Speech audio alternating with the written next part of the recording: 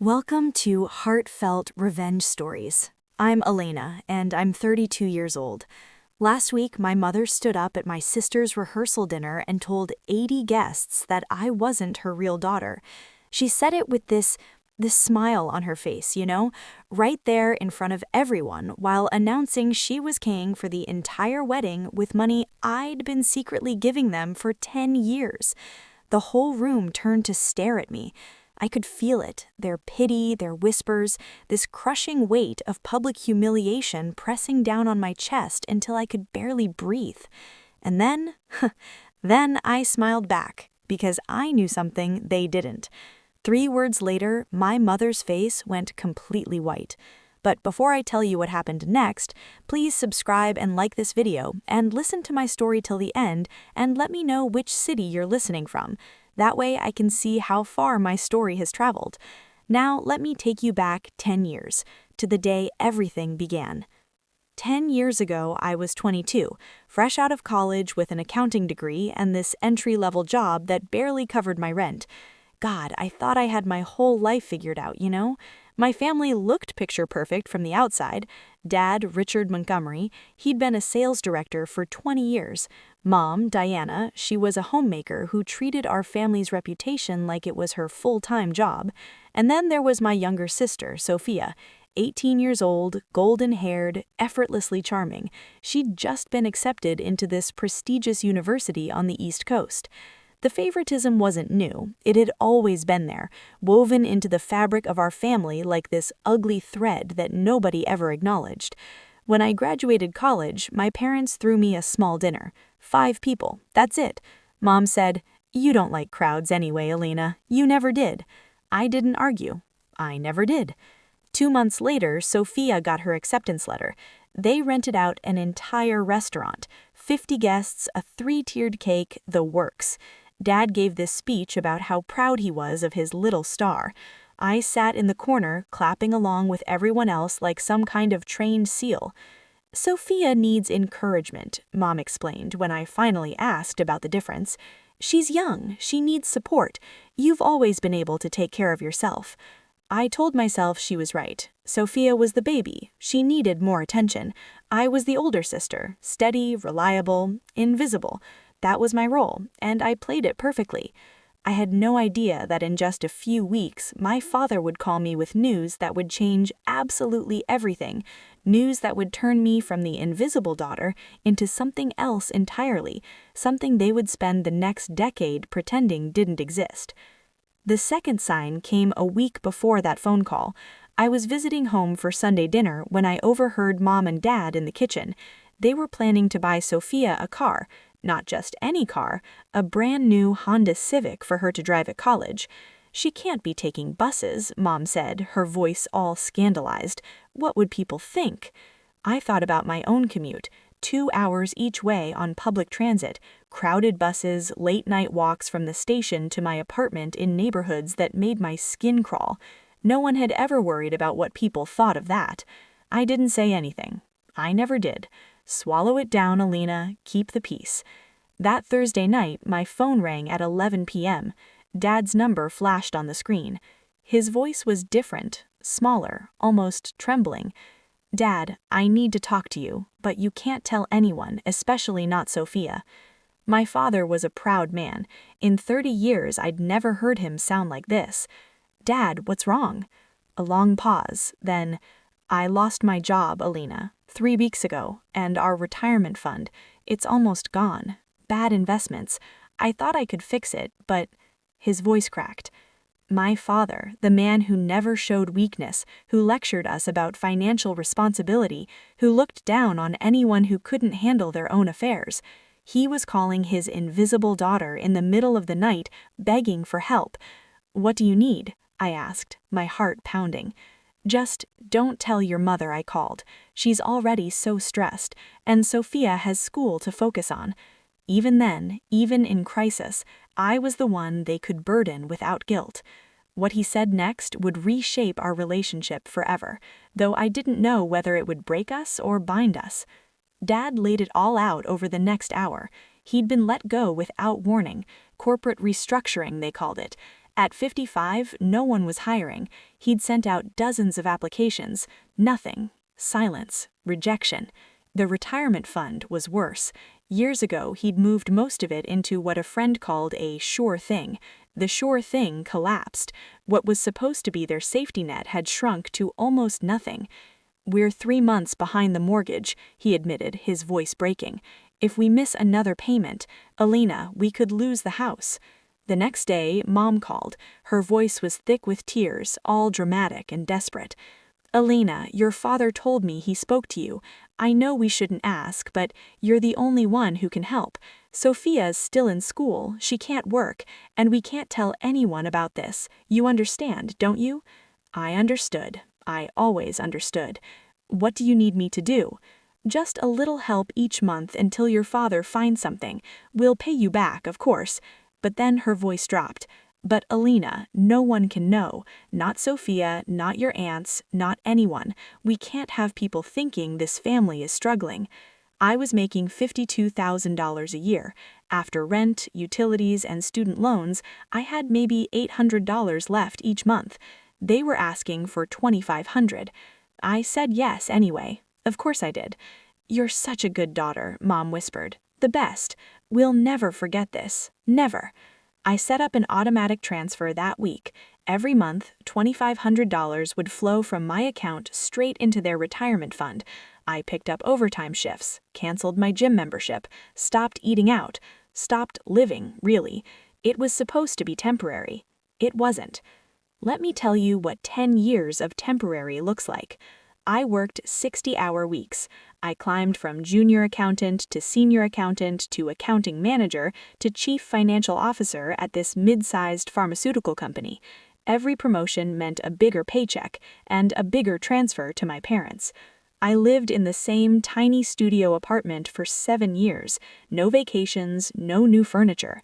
I wore the same interview suit to every interview I took until the elbows wore thin and started fraying. Every month, $2,800, then $3,300 when I got my first real raise, then $3,500, like clockwork, like breathing, like it was just part of who I was. And my parents? Ugh, they never missed a beat. Sophia got a new car when she graduated, then a down payment for her first apartment, then a designer wardrobe for her marketing job in Manhattan. Her birthday parties were legendary, catered affairs with champagne and live music. My birthdays? A card, sometimes a phone call if Mom remembered. I wasn't invited to most family gatherings. "You're always so busy with work," Mom would say, her voice dripping with false sympathy. "We didn't want to bother you." The math was simple. 10 years, 120 months, an average of $2,800 per transfer, $336,000. I paid for my parents' retirement while they told everyone they'd done it themselves. I sacrificed my 20s while they celebrated my sister. I kept their secret while they slowly erased me from the family portrait. And not once, not a single time in 10 years did they say thank you. Not officially, not in front of anyone, not in any way that mattered. I told myself it didn't matter. Actions speak louder than words, right? They knew what I'd done for them. I was so wrong. What would you do if you discovered your family had been using you for years? Keep watching to find out what I did next. I was 32 when I finally looked in the mirror and saw what I'd become. Daniel and I had been dating for 2 years. He was kind, patient, and completely confused by the way I lived. One night, he asked the question I'd been avoiding for months. "Elena, have you ever thought about buying a place? For us?" I stared at my bank account. After 10 years of 6-figure salaries, I had less than $15,000 in savings. No house, no investments, no retirement fund of my own. Everything had gone to them. I'm not sure I can, I admitted, the words tasting like failure. Daniel's face fell, not with anger, with concern. "Elena, I love you, but sometimes I don't know who you're living for. It's not yourself." He was right, and I hated that he was right. The final blow came 2 weeks later. Mom called, breathless with excitement like she'd won the lottery or something. Sophia's engaged to Brad. You remember him, the lawyer? Oh, Elena, we're going to throw her the most beautiful wedding. Your father and I will pay for everything." Pay for everything? My stomach dropped like a stone. "What's the budget?" I asked, keeping my voice steady even though my hands were shaking. "Oh, somewhere around $80,000, maybe more." She giggled, actually giggled. She deserves a fairy tale, don't you think? $80,000, 3 years of my transfers, my money I'd sacrificed vacations and relationships and my own future to provide, and they were going to spend it on a wedding while telling everyone they'd paid for it themselves? I didn't sleep that night, or the next, or the next. Something had to change. I just didn't know yet how much. Sophia's engagement was everything my parents had dreamed of. Brad Harrison came from old money, the kind that didn't need to brag because everyone already knew. His family owned half the commercial real estate in Hartford. He was handsome, polished, and looked at Sophia like she'd hung the moon. I wanted to be happy for her. Part of me was, but mostly I just felt hollow. Mom called every single day with wedding updates. The venue would be Riverside Country Club, the most exclusive in Connecticut. 300 guests, a designer dress, imported flowers, a 12-piece orchestra. "We're sparing no expense," she gushed. "Sophia deserves perfection." I finally asked the question burning in my throat like acid. "Mom, where is the money coming from?" Silence. Dead silence. "That's not really your concern, Elena." "I think it is." "Don't be difficult. This is your sister's special day. And I'm asking a simple question. Where is the money coming from?" "From us, from our savings. Why are you being like this?" "Their savings, the fund I'd been filling for a decade." "Those savings?" I said carefully, each word deliberate. "You mean the retirement fund?" "Elena?" Her voice turned cold, so cold. "I don't like your tone. We've worked hard our whole lives. We're allowed to celebrate our daughter's wedding." "Which daughter?" She hung up on me. I sat in my apartment, hands shaking so badly I had to put my phone down. For 10 years, I'd stayed silent. I'd sacrificed. I'd told myself that family meant putting others first. But this wasn't family. This was erasure. I needed answers, real ones, and I knew exactly who to call. I drove to my parents' house that Saturday. Dad was in his study, the room that used to be off limits when I was a child. Now it just looked tired. Dusty books, dusty golf trophies, a man trying to hold on to a version of himself that no longer existed. "Elena," he barely looked up, "your mother said you called." "I want to talk about the wedding budget." "There's nothing to discuss." "There's $336,000 to discuss, Dad." That got his attention. His head snapped up. "Excuse me?" "I've been transferring money to your retirement fund for 10 years. You know exactly where it came from. And now you're spending it on Sophia's wedding while telling everyone you saved for it?" His jaw tightened. "What do you want? A medal?" "I want acknowledgement. I want honesty." "You want attention." He stood up, his voice rising. "That's always been your problem, Elena. You do something nice and then you need everyone to applaud. Sophia doesn't need validation for everything she does. Sophia hasn't done anything. She's brought pride to this family. She's given us joy. What have you given us? Money?" He laughed, this bitter, ugly sound. "Money is easy. Being a daughter is harder." I felt like I'd been slapped, actually slapped. "I've given you 10 years of my life, and we gave you 22 of ours. We raised you, fed you, educated you. That money was your obligation. It's what children do. It was a gift, Dad, freely given, and you never once what? Thanked you?" He sat back down, dismissive. "Grow up, Elena. The world doesn't owe you gratitude." I left without another word, but I'd already made my decision. The next morning, I called Marcus Webb. Marcus had been my family's financial advisor for 15 years. Distinguished, professional, discreet. He was the only person outside our family who knew the truth about those monthly transfers. Elena, his voice was warm but cautious. I was wondering when you'd call. You know why I'm calling? A pause. I can guess. I need to know the current state of my parents' retirement fund and whether they've made any large withdrawals recently. Marcus was quiet for a long moment. Technically, I shouldn't disclose this without their permission. Marcus, I've been the primary contributor to that fund for a decade. I think I've earned some transparency. He sighed, this heavy, weary sound. You're right, Elena, and honestly, I've been uncomfortable with this situation for years. He pulled up the records. Current balance is approximately $280,000, almost entirely from your contributions over the past 10 years. My stomach tightened. And the withdrawals? Another pause. $60,000, 3 weeks ago, for the wedding. I'm not officially allowed to confirm that, but yes. I closed my eyes, trying to breathe. Marcus, what are my legal options here? Well, the transfers were classified as gifts. You can't reclaim them. He hesitated. But you can stop contributing at any time. There's no contract, no obligation, just an automatic transfer that you control. Would you be able to verify my contributions if someone asked? I have complete records, dates, amounts, everything. But Elena, why? Because I might need a witness. Silence. Myra, you should know, your parents invited me to the rehearsal dinner as a family friend.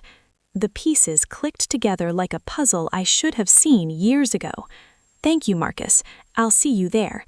You won't believe what happened at that rehearsal dinner. Keep watching. The phone rang 3 days before the rehearsal dinner. Elena, it's Aunt Margaret. Aunt Margaret was Mom's older sister, the one person in our family who'd never quite bought the official narrative. At 70, she had this quiet wisdom that came from watching decades of family drama unfold. I heard about the wedding, she said. Your mother won't stop talking about it. The venue, the flowers, the dress, how they're paying for everything. I said nothing. Elena, honey, can I ask you something? Go ahead. Where is that money actually coming from? My throat tightened. Why do you ask? Because I know your parents. I know they lost nearly everything in that investment scheme. I know your father hasn't worked in 10 years. Her voice softened. And I know you, sweetheart. I've watched you work yourself to the bone while Sophia gets everything handed to her. For the first time in years, I felt tears prick my eyes. Aunt Margaret, you don't have to tell me the details, but if what I suspect is true, if you've been carrying this family while they pretend you don't exist, I want you to know something. What? I see you. I've always seen you, and whatever happens at that dinner, I'll be in your corner. I took a shaky breath. How did you know? Because I'm the older sister too, Elena. I know what it's like to give and give until there's nothing left. A pause. And I know what it feels like when no one notices. We talked for another hour. By the end, I had something I hadn't had in years, an ally. That night, I sat at my computer and opened a folder I hadn't touched in years. Bank confirmations. 120 of them, every single month for 10 years. Transfer confirmed. $2,500 to Montgomery Family Trust. Transfer confirmed. $3,000 to Montgomery Family Trust. Transfer confirmed. $3,500 to Montgomery Family Trust. Each email was a timestamp, a receipt, proof. I forwarded them all to Marcus Webb. Then I backed them up to 3 different cloud services. Then I printed the first and last pages. Daniel found me at 2 a.m. surrounded by papers. What are you doing? Preparing. He sat down beside me, scanning the documents. His expression shifted from confusion to understanding to something like awe. Elena, this is over $300,000. I know. And They never acknowledged it? He was quiet for a long moment. Then he took my hand. What are you planning? I don't know yet. I stared at the stack of papers. I've spent 10 years being silent, hoping they'd see what I'd done, hoping it would be enough to make them love me the same way they love her. My voice cracked. And now I realize silence isn't a virtue, it's a cage I built for myself. I squeezed his hand. I'm done being invisible, Daniel. I'm done hoping my actions will speak for me. What changed? Mom called me not their real daughter to Aunt Margaret last week, while planning to spend my money on Sophia's wedding. Daniel's jaw tightened. I'm going to that rehearsal dinner, I said, and I'm not going to make a scene, but if they try to erase me in public, I looked at the stack of emails. I'm going to tell the truth. The Riverside Country Club looked like something from a movie. Crystal chandeliers hung from vaulted ceilings, fresh peonies cascaded from every surface. Waiters in crisp white jackets circulated with champagne flutes on silver trays, the kind of elegance that whispered old money while costing new money fortunes. 80 guests mingled beneath soft golden light. Friends, family, colleagues. Brad's parents, immaculately dressed and impossibly poised. My parents' social circle, all designer dresses and practiced smiles. Daniel squeezed my hand when we walked in. You okay? Ask me again in an hour. I'd chosen my outfit carefully. A simple navy dress. Elegant, but understated. I wasn't here to compete with Sophia. I was here to survive. The first person I spotted was Marcus Webb. He stood near the bar, nursing a scotch, looking uncomfortable in his role as family friend. Our eyes met. He nodded, almost imperceptibly. Then I saw Aunt Margaret at a corner table. She winked at me. That small gesture steadied my nerves. Elena, you came! Sophia rushed over, champagne in hand, glowing in a white cocktail dress. She hugged me like we were close. We weren't. Of course I came. It's your rehearsal dinner. I'm so glad. Mom wasn't sure you'd show up. You know how you are with family events. How I am, like I'd been the one avoiding them. Wouldn't miss it, I said, forcing a smile. She bounced off to greet other guests, and I was left standing in the middle of the room, surrounded by people who barely knew I existed. The chandeliers sparkled. The champagne flowed. Everything was perfect.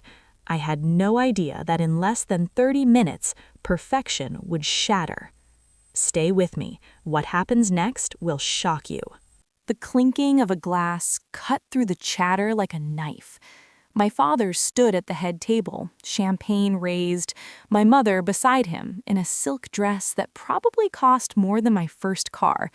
They looked like the perfect couple, successful, generous, proud parents. May I have everyone's attention, please? The room quieted. 80 faces turned toward them. Diana and I want to thank you all for being here tonight. Dad's voice carried that salesman's warmth, smooth and practiced.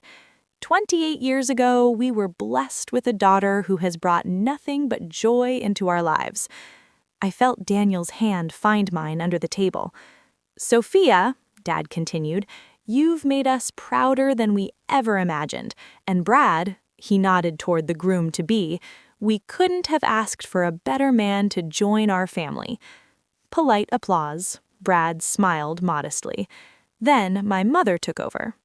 As many of you know, we've been planning this wedding for months. She laughed lightly, this tinkling sound. And I'm proud to say that Richard and I have taken care of everything. The venue, the catering, the flowers, all of it. Something cold settled in my stomach. We've saved our whole lives for this moment, Mom continued, her voice swelling with emotion, because our daughter deserves nothing but the best. She paused, and then her eyes found mine across the room. We're paying for everything, she said, her smile sharp as broken glass, because our real daughter deserves it. The room went still. Unlike some people. Every head turned to look at me. I felt the weight of 80 stares, the whispers starting, the judgment forming, and my mother just stood there, smiling, waiting for me to crumble. But I didn't crumble. I smiled back. The silence lasted 3 heartbeats. Then the whispers began. Who is she talking about? That's the older daughter, isn't it? Why would she say that? Oh, poor thing. I could feel the room's pity pressing against me like a physical weight. The older sister, the forgotten one who wasn't really family. Sophia stood frozen near the dessert table, her champagne glass suspended midair. Her face had gone red. Embarrassment, maybe, or shame. I couldn't tell. Brad was frowning, clearly uncomfortable. At the bar, Marcus Webb had set down his scotch. His expression was unreadable, but his eyes were fixed on me. Aunt Margaret was already halfway out of her chair. Daniel leaned close. "We can leave right now. Say the word." I shook my head slowly. Because here's the thing about being invisible for 32 years. You learn to watch, to wait, to calculate. And in that moment, watching my mother's triumphant smile, I realized something. This wasn't an accident. This wasn't a slip of the tongue. This was intentional. She'd planned this, chosen her words, waited for maximum audience. She wanted to humiliate me in front of everyone, to cement the narrative that I was the outsider, the disappointment, the daughter who didn't count. She expected me to cry, to leave, to prove her right. I thought about 10 years of silence, $336,000 in transfers, every birthday ignored, every sacrifice dismissed, and something inside me shifted. Not anger, something quieter, cleaner, clarity. I picked up my champagne glass and rose to my feet. The whispers stopped. My mother's smile flickered. "Actually," I said, my voice steady, "I'd like to add something to that toast." Every eye in the room was on me. I could feel my heartbeat in my throat, but my hands were steady. 10 years of swallowing my words had taught me one thing. When you finally speak, make it count. Thank you, Mom, for that memorable toast. I especially appreciate being called not your real daughter in front of 80 people. That was a nice touch. Nervous laughter rippled through the crowd. My mother's smile was frozen on her face. But since we're sharing tonight, I'd like to clarify one small detail. I turned toward the bar where Marcus Webb stood motionless. "Mr. Webb, you've been our family's financial advisor for 15 years. Would you mind confirming something for me?" Marcus looked like a man caught between 2 oncoming trains. "Elena," my father's voice was sharp, "this isn't the time." "Actually, Dad, I think it's exactly the time." I didn't raise my voice. I didn't need to. "Mom just told everyone that you saved your whole lives for this wedding. I just want to make sure we're all on the same page about what savings means." The room had gone completely silent. You could hear the ice settling in glasses. "Mr. Webb," I continued, "in the past 10 years, who has been the primary contributor to my parents' retirement fund?" Marcus glanced at my father, then my mother, then back at me. "Elena, I'm not sure I should. You have the records. You've had them for a decade." I kept my voice gentle. "I'm not asking you to violate confidentiality. I'm asking you to tell the truth." The silence stretched. Then Marcus Webb straightened his shoulders. "He thinks everyone deserves to know the truth." Marcus Webb cleared his throat. "According to my records," he began, his voice carrying clearly through the silent room, "over the past 10 years, Elena Montgomery has transferred approximately $336,000 into her parents' retirement fund." A gasp rippled through the crowd. Someone dropped their champagne glass. "That fund," continued Marcus, "which currently holds around $280,000 after recent withdrawals, consists almost entirely of Elena's contributions, monthly transfers, every single month for 10 years. I watched the room process this information, eyes widening, heads turning, the math clicking into place. My mother's face had gone pale. That's private family business. You made it public, Mom. You called me not your real daughter in front of everyone. You said you were paying for everything. I'm simply clarifying where that money actually came from. This is outrageous, my father sputtered. Marcus, you had no right. He had every right, I interrupted, and so do I. From the corner of my eye, I saw Aunt Margaret stand up. Diana, is this true? Has Elena been supporting you for 10 years while you treated her like a stranger? My mother's mouth opened and closed like a fish out of water. Brad pulled Sophia aside, whispering urgently. Sophia looked shock-shelved, tears forming in her eyes. The whispers had become a low roar. Over 300,000? 10 years? And they never? I can't believe. My father tried to regain control. This is a misunderstanding. We'll discuss this privately, as a family. No, I shook my head. We've had 10 years of private, 10 years of secrets, 10 years of me staying quiet while you erased me. I raised my champagne glass higher. Now it's time for something different. Tell me in the comments. And if you've dealt with something similar, share your story. You're not alone. Subscribe for more stories about standing your ground and reclaiming your life. The room was utterly still. I looked at my parents, really looked at them. My father red-faced and furious. My mother pale and trembling. For 32 years, I had desperately wanted them to see me, to love me the way they loved Sophia, to acknowledge that I mattered. Now, standing in this beautiful room surrounded by witnesses, I realized something. Their approval was never coming, and I didn't need it anymore. Heartfelt revenge stories. On Christmas morning, my husband's mistress opened a gift. She never expected who wrapped it. The 5th, you've humiliated us.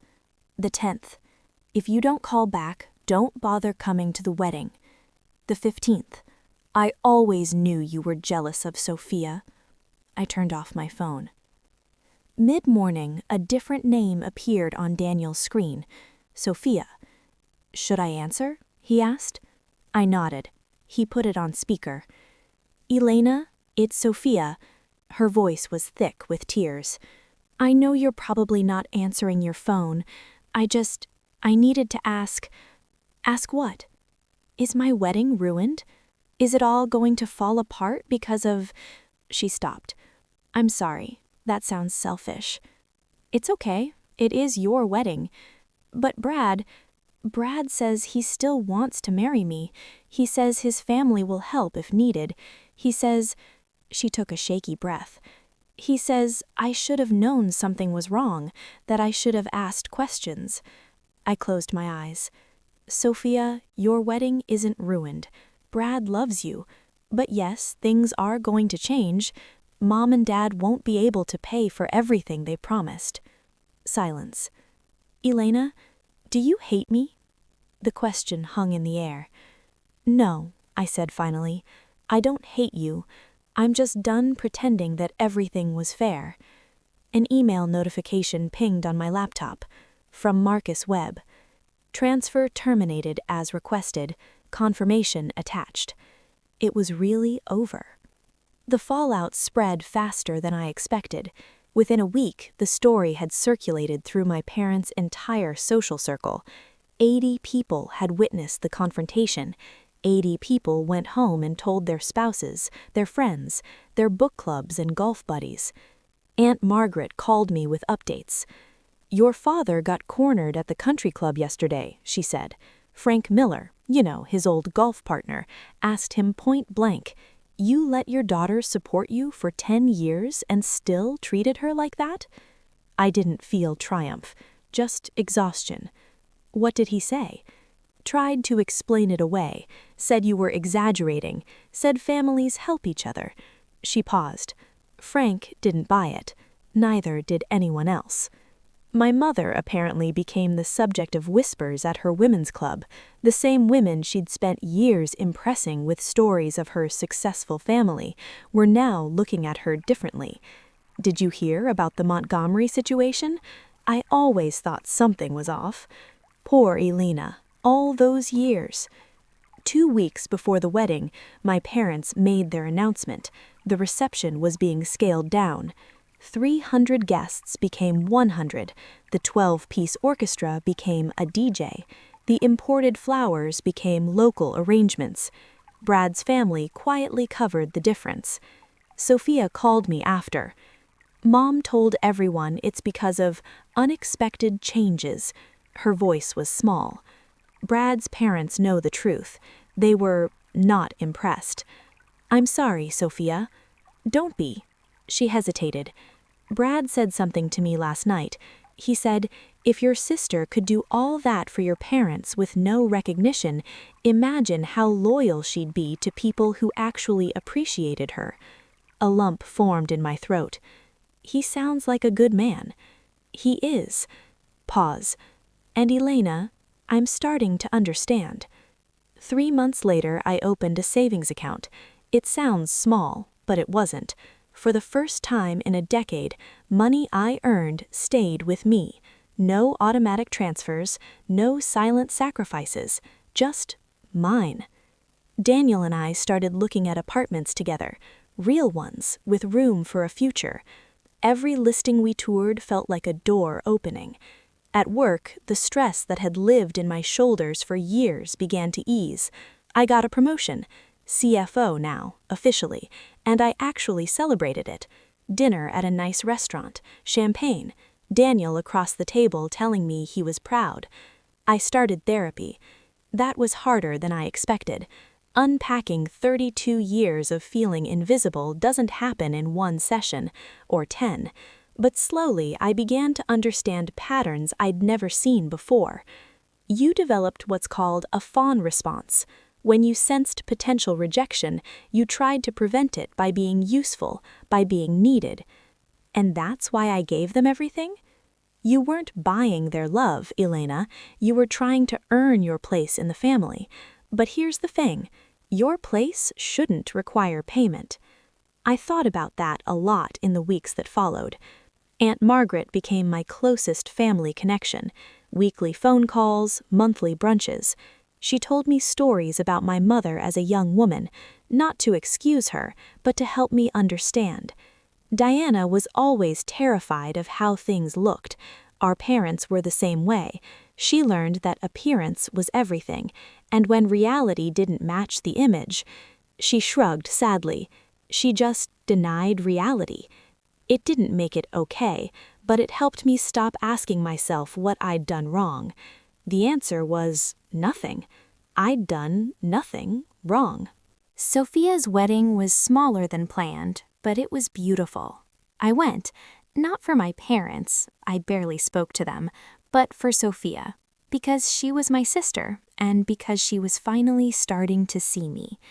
The ceremony was held in a garden behind Brad's family's estate, white chairs on green grass, a simple arch covered in local flowers, intimate, real.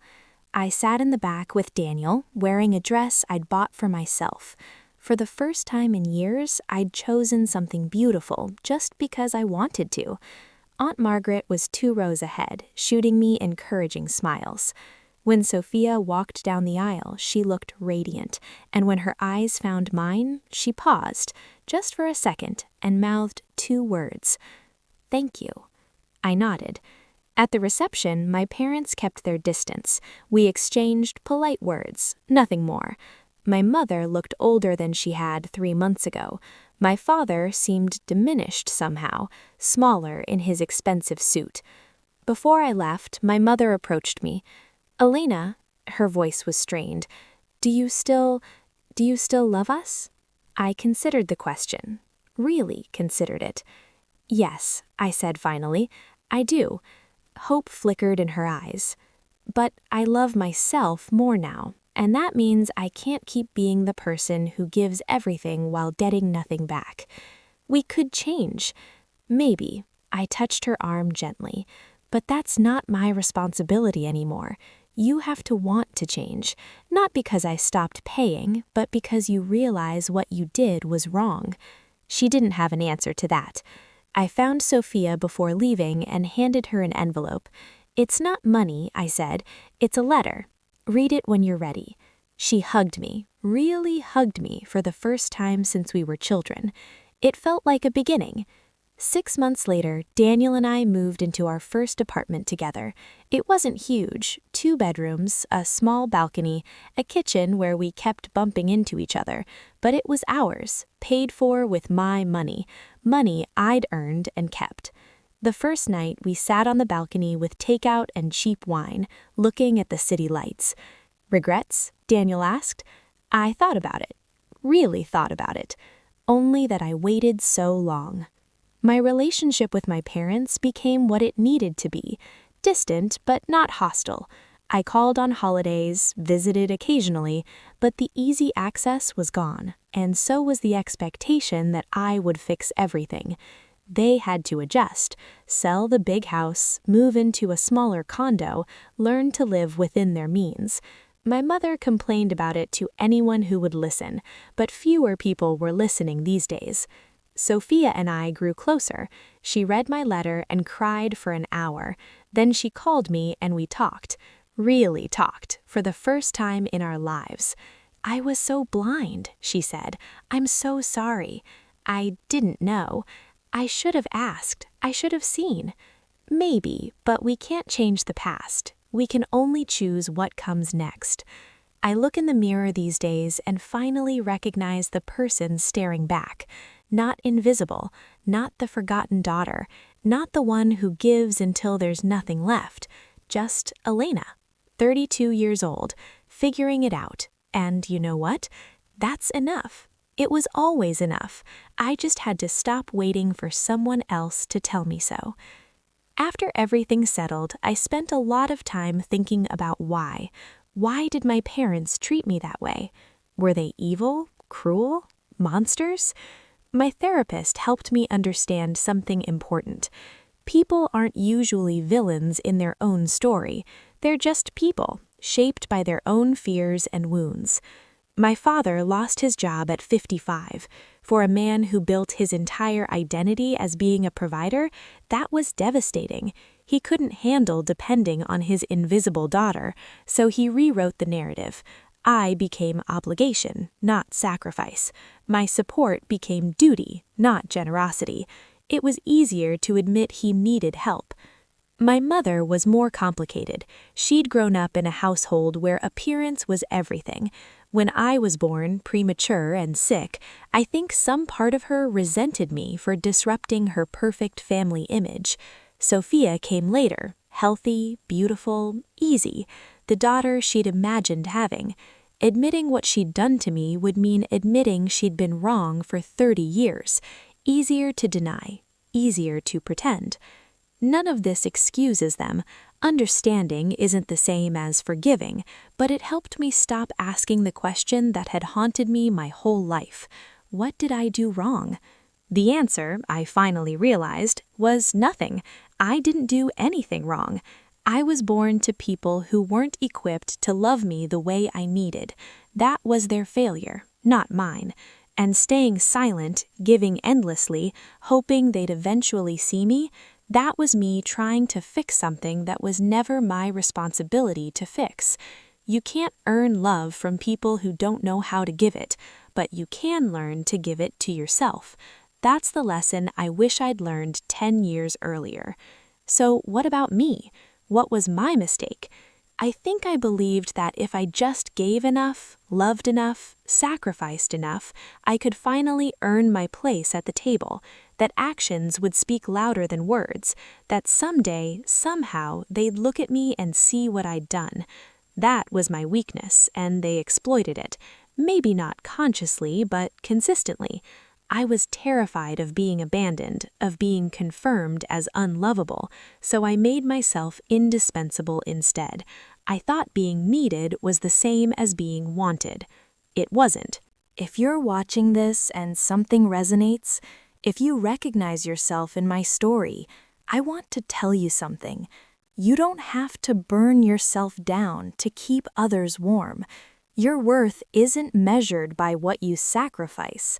Setting boundaries isn't selfish, it's survival. Silence isn't peace. Sometimes it's just a cage you build around yourself, waiting for someone else to unlock the door. Here's the truth. They're not going to unlock it.